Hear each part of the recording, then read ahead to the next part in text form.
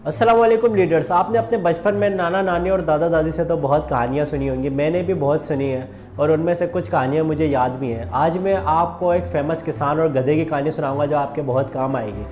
किसान अपने बेटे को साथ लिए शहर से गांव की तरफ जा रहा था कि रास्ते में कुछ लोग मिलते हैं और किसान को देख के हंसने लगते हैं और कहते हैं कि देखो कैसा बेवकूफ़ किसान है जो दोनों बाप बेटे गधे को साथ लेकर भी पैदल चल रहे हैं, ये नहीं कि गधे पर बैठ के सवारी के मज़े लें।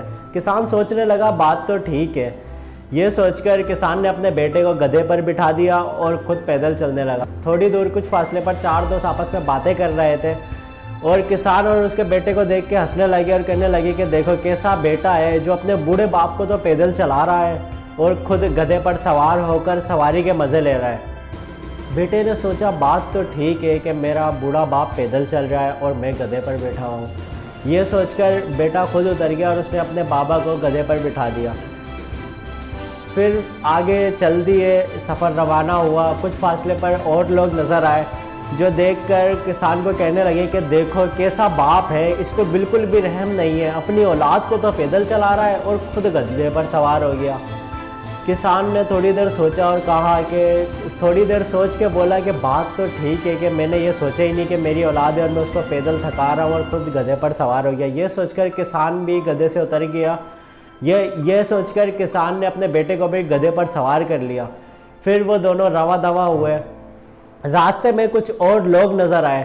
वो कहने लगे कि देखो कैसे लोग हैं जिनको जानवर पर बिल्कुल भी रहम नहीं खाते। दोनों बैठे हुए हैं गधे पर, कब से उसके मज़े ले रहे हैं और उसको थका रहे हैं। इन्हें यह भी नहीं पता कि जानवर भी थक जाता है। पता नहीं कैसा बेवकूफ़ किसान था जो लोगों की सुने जा रहा पर अपनी नहीं चला रहा।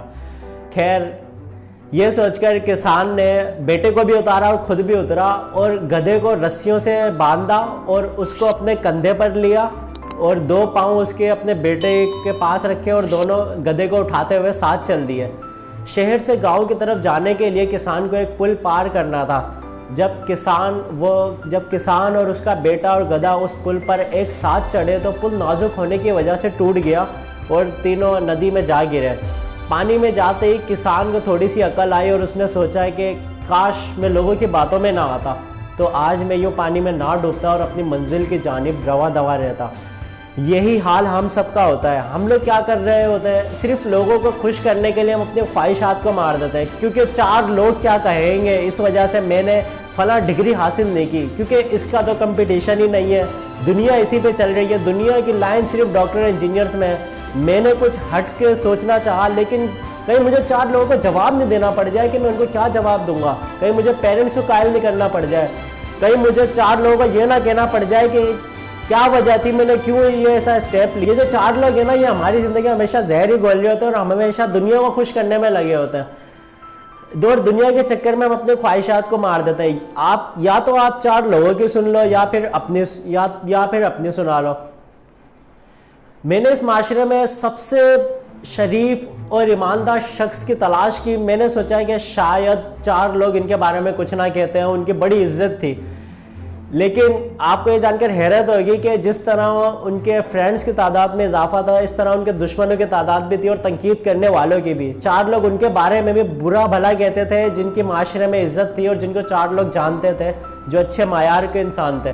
जैसे जैसे आप ऊपर जाओगे ना, आपके फ्रेंड्स फॉलोइंग की तादाद में इजाफा होगा, वैसे वैसे आपके दुश्मनों की तादाद में भी इजाफा होगा। जलन हसद करने वालों की तादाद भी बढ़ेगी। आप जिस तरह आपके फ्रेंड्स फॉलोइंग की तादाद में इजाफा होगा, वैसे वैसे जलन हसद की तादाद में भी इजाफा होगा। हमारे माशरे में 90% लोग खुश हैं कि आप नाखुश हो। वो चाहते ये है कि आप हमेशा ही परेशानी में रहो। और सिर्फ 10% लोग हैं, वो सिर्फ आपकी ख्वाहिश चाहते हैं कि आप हमेशा खुश रहो, लेकिन वो आपको कभी भी कामयाब नहीं बनाएंगे। कामयाब इंसान अपने आप को खुद बनाता है, उनकी सिर्फ ख्वाहिश होगी। अभी आपके ऊपर डिपेंड करता है कि आपने 90% लोगों को खुश करना है या 10% को। चार लोगों को ना आप कभी भी खुश नहीं कर सकते। अपने मन में डूब के पा जा सुरागे ज़िंदगी। तू अगर मेरा नहीं बनता तो कम से कम अपना तो बन। उसके लिए तुझे अपने मन में डूबना पड़ेगा, अपने आप को ढूंढना पड़ेगा, अपने खुद ही को स्ट्रॉन्ग करना पड़ेगा। ये चार लोग ना आज हैं, ना कल थे और ना ही कल होंगे। आज जो तूने सफर शुरू किया है ना, ये बिल्कुल तन्हा है, इसमें तो बिल्कुल तन्हा होगा, ये दुनिया वाले नहीं होंगे, क्योंकि इनको तेरी सोच का पता ही नहीं होगा। यहां से तो आज अकेला शुरू करेगा, तन्हाई में शुरू करेगा। एक लीडर की शान ही तन्हाई होती है, उसे तन्हाई विरासत में मिली हुई होती है। लेकिन एक वक्त आएगा कि तेरे साथ काफिले भी जुड़ेंगे, तेरे साथ कौमें भी जुड़ेंगी और तुझे देखने के लिए लोग तरसेंगे।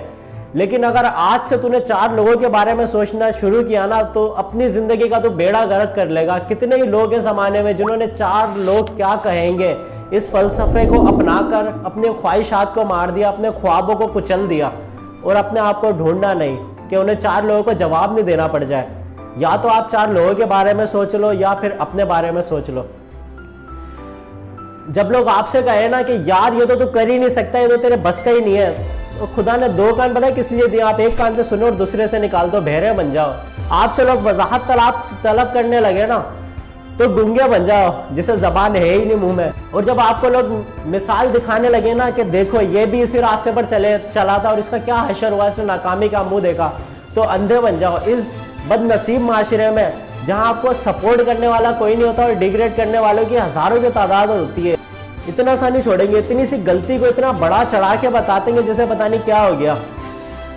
यहाँ पर आपको कभी भी कोई सपोर्ट करने वाला नहीं मिलेगा, ना ही आपकी कोई फैमिली, ना ही आपके दोस्त, ना ही ये जमाने वाले। इस सफर पर आप बिल्कुल तन्हा हो गए, क्योंकि आपकी सोच को ये लोग समझ ही नहीं पा रहे हैं। अगर आप इस गले सड़े माशरे में कामयाब होना चाहते हो ना, जहाँ सपोर्ट करने वालों की तादाद नहीं और सिर्फ डिग्रेड करने वालों की है, तो आप अंधे बहरे और गूंगे बन जाओ अगर कामयाब होना चाहते हो तो।